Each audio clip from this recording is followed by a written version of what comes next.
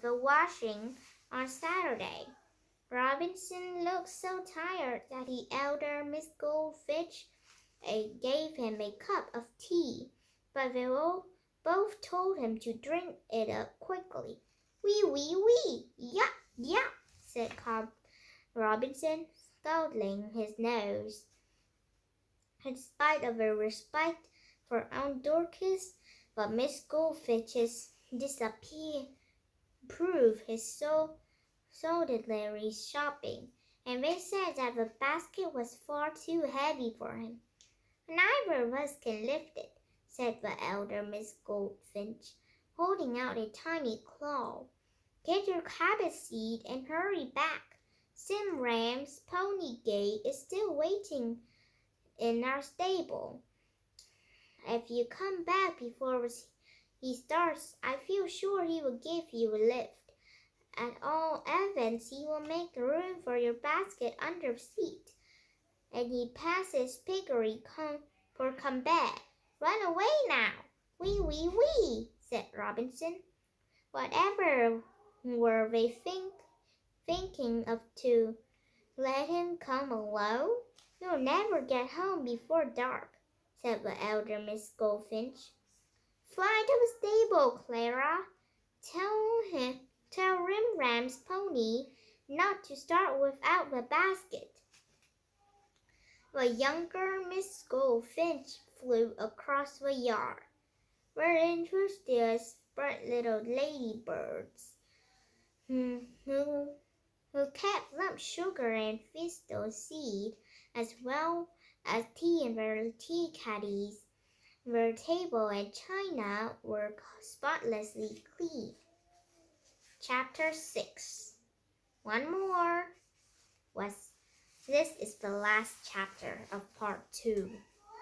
Steinmouth was full of inns, too full, for farmers usually put up their horse at the Black Bull of a horse inferior.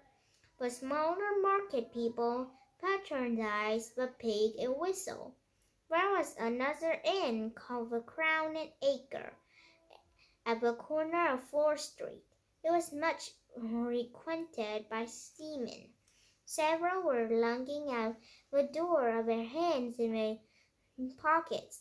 One sailorman in the blue jersey sauntered across the road, staring very hard at Robinson. Said he, I say, little pig, do you like snuff? Now, if Robinson had a fault, it that he could not say no, not even to a hedgehog stealing eggs. As a matter of fact, snuff or tobacco made him sick, but instead of saying no, thank you, Mr. Man, and going straight away of his business, he shuffled his feet, half closed one eye, hung his head on one side and grunted. The sailor pulled out a horn snuff box and present a small pitch to Robinson. He wrapped it up in a little bit of paper, intending to give it to Aunt Dorcas. Then, not to be outdone in politeness, he offered the sailorman some barley sugar. I'm out of breath. If Robinson was not fond of snuff, at all events of his new acquaintance, and no objection to candy, he ate an alarming quantity. Then he pulled Robinson's ear and complimented him, and said the had 5 chins. He promised to take Robinson to the cabbage seed shop, and finally he begged to have the honor of showing him over a ship engaged at the ginger trade, commanded by Captain Barnabas Butcher, and named a pound of candles. Robinson did not very much like the name. It reminded him of tallow, of lard, of crackle, and trimmings of bacon, but he allowed himself to be led away, smiling shyly and walking on his toes. If Robinson had only known the man was a ship's cook. As they turned down a steep, narrow lane on a high street leading to a harbor, old Mr. Mumby at his shop door called out anxiously, "Robinson, Robinson, beware too much noise of carts, and a customer coming to his shop that would come distract his attention, and he forgot the suspicious behavior of a sailor. Otherwise, out of regard of the family, he would undoubted to get his dog, Tipton, to go and fetch Robinson back. And it was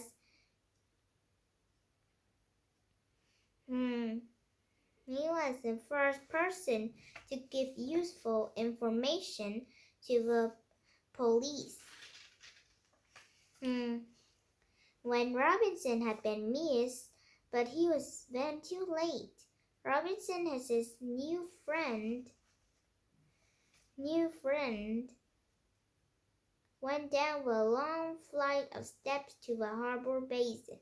Very high steps, steep and slippery. The little pig was obliged to jump from step to step until the sailor kindly took hold of him. They walked along the quay hand in hand. Their parents seemed to cause unbounded amusement. Robinson looked about him with much interest. He had peeped over those steps before when he had come into Steinmouth in a donkey cart, but he had never ventured to go down because the sailors were rather rough, and because they frequently had their snaring terriers on guard about their vessels. There were ever so many ships in the harbor. The noise and bustle was almost as loud as it had been up above in a market square. A big three-masted ship called the Goldilocks was discharging a cargo of oranges and farther along the quay. A small